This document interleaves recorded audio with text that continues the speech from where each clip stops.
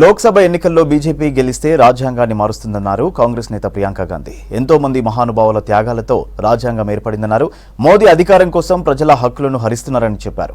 ఛత్తీస్గఢ్లో ఎన్నికల ప్రచారంలో పాల్గొన్నారు ప్రియాంక గాంధీ. ఆదివాసీలు, మహిళలంటే మోదీకి గౌరవం లేదన్నారు. ఇండియా కూటమి గెలిస్తేనే ప్రజల హక్కులను రక్షణ ఉంటుందన్నారు ప్రియాంక. आपको समान अधिकार कौन देता है? कोई नेता नहीं देता बहनों, संविधान देता है। आदिवासियों को जल, जंगल, जमीन पर अधिकार कौन देता है? कोई नेता नहीं देता भाइयों और बहनों, संविधान देता है। किसानों को वोट का अधिकार कौन देता है? कोई नेता नहीं देता बहनों और भाइयों, संविधान देता है। और यही संविधान है जिसके लिए इस देश के महापुरुष शहीद हुए। यही संविधान है जिसको बनाने के लिए आपके पूर्वजों ने खून और पसीना बहाया, इस जमीन को सींचा अपने खून से, इस देश को आजादी दी अपने खून से। उस संविधान को बदलेंगे? क्या जरूरत है उसे बदलने की? कभी सोचा है? क्योंकि ये प्रधानमंत्री सिर्फ सत्ता चाहते हैं। ये चाहते हैं कि पब्लिक का अधिकार, कि जनता का अधिकार कमजोर हो। ये चाहते हैं कि आपकी भागीदारी इस देश के लोकतंत्र में कमजोर हो जाए।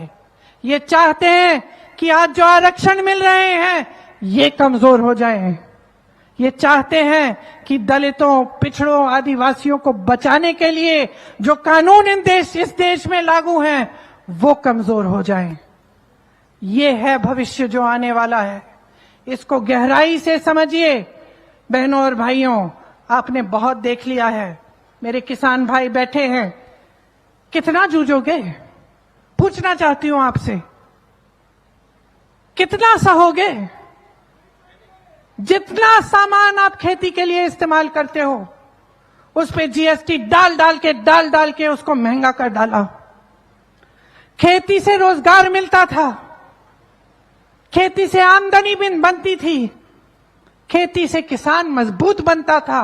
आज क्या हालात है? आज हालात ये है कि देश भर में खेती से कमाई होनी बंद हो गई है। कौन कमा रहा है उपज से? अडानी कमा रहे हैं उपज से, बड़े बड़े उद्योगपति कमा रहे हैं। मैं हिमाचल में, मेरा घर है, हिमाचल के किसानों से पूछो, सेब की उपज होती थी, दाम किसान तय करता था, आज दाम अडानी तय कर रहे हैं।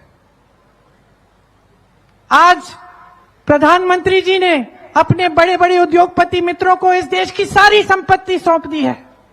कोयला, सीमेंट, सड़कें, हवाई अड्डे, बंदरगाह, बड़े बड़े पीएसयू के सब्सिडरी सारे अपने बड़े बड़े उद्योगपति मित्रों को सौंप दिए।